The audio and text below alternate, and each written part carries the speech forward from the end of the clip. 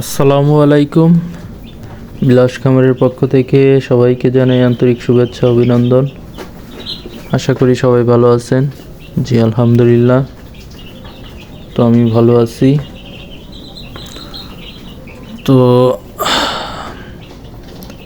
ইনশাআল্লাহ এখন বলা যায় সন্ধ্যা আসরের সময়, আসরের আজান দিয়েছি কিছুক্ষণ আগে। তো ভিডিওটি আজ দিনে করতে পারি নাই, একটু ব্যস্ত ছিলাম, মানে সকালে বা দুপুরে করতে পারি নাই। তবে ইনশাআল্লাহ আপনাদের রাত্রে কি করি না করি রাত্রের ভিডিওটা পাবেন এর সাথেই। তো আলহামদুলিল্লাহ এখনও বাচ্চাগুলো সুস্থ আছে, আপনারা দোয়া করবেন। গতকালকে 2টা বাচ্চা মারা গিয়েছিল, মোট 5টা। তো আজকে ইনশাআল্লাহ কোনোটা একটাও মারা যায় নাই। তো বাচ্চাগুলো আজকে বয়স 6 দিন, 6 দিন কি 7 দিন, 6 দিনই হবে, 6 দিন। তো 6 দিনে ইনশাআল্লাহ বাচ্চাগুলো সুস্থ আছে। তো 6 দিনে বাচ্চাগুলো দেখতে পারতেছেন, মাশাআল্লাহ খুব সুন্দর এবং ঝরঝরা হয়ে গেছে। আশা করতেছি আর 4 দিন 5 দিন পরেই ভুট্টা ফার্মেন্টেশন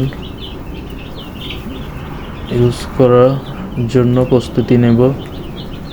তো সবাই দোয়া করবেন আমার মুরগিগুলো যেন সুস্থ থাকে, তাহলে আমি ভুট্টা ফার্মেন্টেশন ব্যবহার করতে সাহস পাবো বা শুরু করব।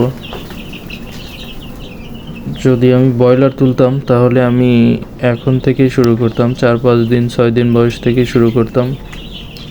বাট যেহেতু এটা টাইগার, তো টাইগার মুরগিটা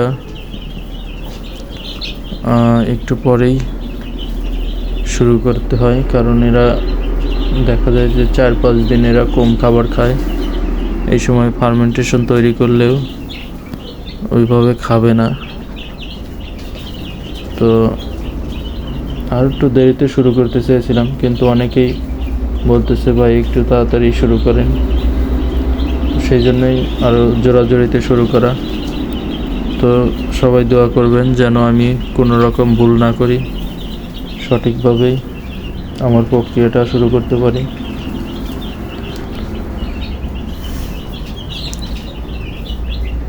তো বাচ্চাগুলো আমার মনে হচ্ছে নারিশের বাচ্চার চেয়ে এই বাচ্চাগুলোর গ্রোথ তাড়াতাড়ি বেশি আসবে, কারণ আজকে 6 দিন হিসাবে বাচ্চাগুলো নারিশের চেয়ে ভালো অবস্থায় আছে বলা যায়। তবে নারিশের বাচ্চাগুলো খুবই শক্তিশালী বাচ্চা ছিল। তো আমি এখনই বলবো না, এটা আমি সর্বশেষ যখন প্রক্রিয়াধীন থাকবো তখনই আমি বলতে পারবো। তো এখন দেখতে পারতেছেন রাত্রের ভিডিও, এখন রাত প্রায় 11টা বাজে, 11টার উপরে। তো আমি এসে সব বাচ্চাগুলো পর্যবেক্ষণ করলাম, তারপরে পানিগুলো ঠান্ডা পানির সাথে গরম পানি মিক্স করে পানিগুলো গরম করে দিলাম, কারণ রাত্রের বেলায় ঠান্ডা পানি দিলেই ওদের অবস্থা খারাপ হয়ে যাবে। কারণ এই সময় ঠান্ডা লাগলে কিন্তু মুরগিকে কোনো রকমেই ঠিক করা যাবে না, বলা যায় যে অসম্ভবই। তো যাই হোক, সবাই এদিকে খেয়াল করবেন, রাত্রে অবশ্যই পানি গরম পানি করে ঠান্ডা পানির সাথে মিশিয়ে দিবেন। পারলে গরম পানি ফুটিয়ে তারপরে পুরো পানিটাই দিবেন। সেক্ষেত্রে গরম পানি করার পরে একটু ঠান্ডা হতে দিবেন, তাহলে খুবই ভালো। আর যদি না পারেন তাহলে আমার মতো হয়তো বা 1.5-2 লিটার গরম পানি করে আর 5-7 লিটার কি 10 লিটার পানির সাথে মিশ্রণ করলে কুসুম গরম পানির মতো হয়ে যাবে। তখন ওই পানিটা দিলে ওরা পানিটা খেয়ে মজা পাবে। আর এখন আপনি নিজেই চিন্তা করবেন যে রাত্রে ঠান্ডা পানি খেতে আপনার কতটুকু মানে খারাপ ফিল হয় বা ঠান্ডার প্রবলেম মনে হয়, তো ঠিক ওদেরও এই শীতের সময় ঠান্ডা পানি খেতে ঠিক একই প্রবলেম ফেস করে।